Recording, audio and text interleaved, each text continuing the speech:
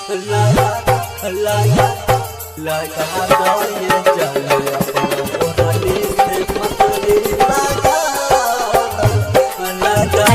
दीवाना, अजय दीवाना, अजय दीवाना।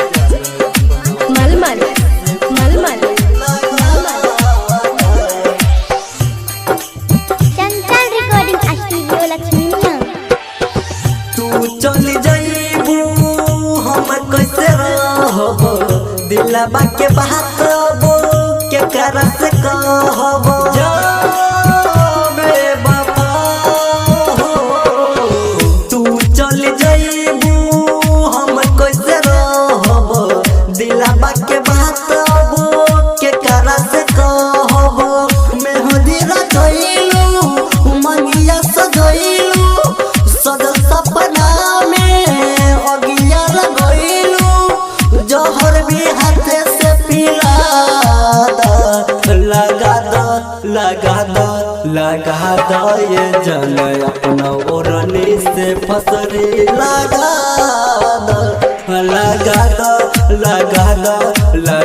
दो ये जल अपना ओढ़नी से फसरी लगा दो।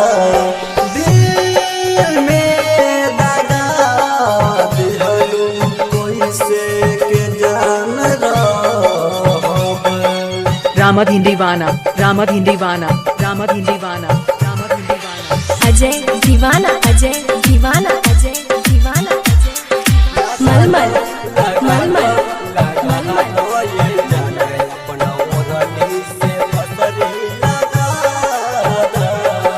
चंचल रिकॉर्डिंग स्टूडियो लक्ष्मीनिया। दिलू ऐसन जखम सहत हनी से काम, सोची बतिया बहे हक से लोर।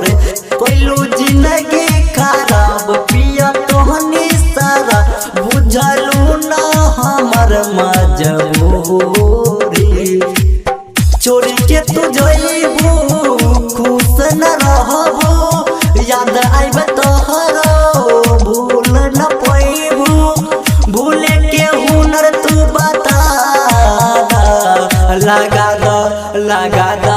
लगा दो ये जल अपना ओढ़नी से फसरी लगा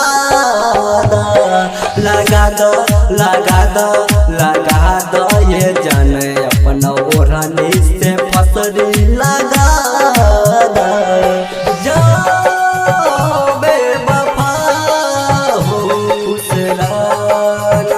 नहीं पैबू। रामद हिंदीवाना, रामद हिंदीवाना, रामद हिंदीवाना, रामद हिंदीवाना। अजय दीवाना, अजय दीवाना, अजय दीवाना।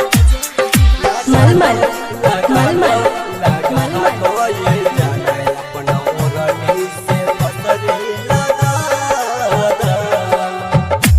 चंचल रिकॉर्डिंग स्टूडियो लक्ष्मीनिया। राइटर संतोष के प्यार संगे दिल कुछ के याद, काहे दिल से गोरी तू मिटाएलू। कोहे धर्मेंद्र यार बानी सहजन बेकार, नीतीश मिथुन के काहे भूलैलू। जान चिरक कर गइलू रानी, भूल गइलू तो सब कहानी। इहे तू बतिया बता लगा दो ये जन अपना ओढ़नी से फसरी लगा दो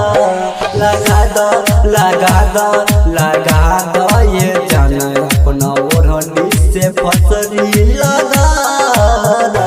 चंचल रिकॉर्डिंग स्टूडियो लक्ष्मी।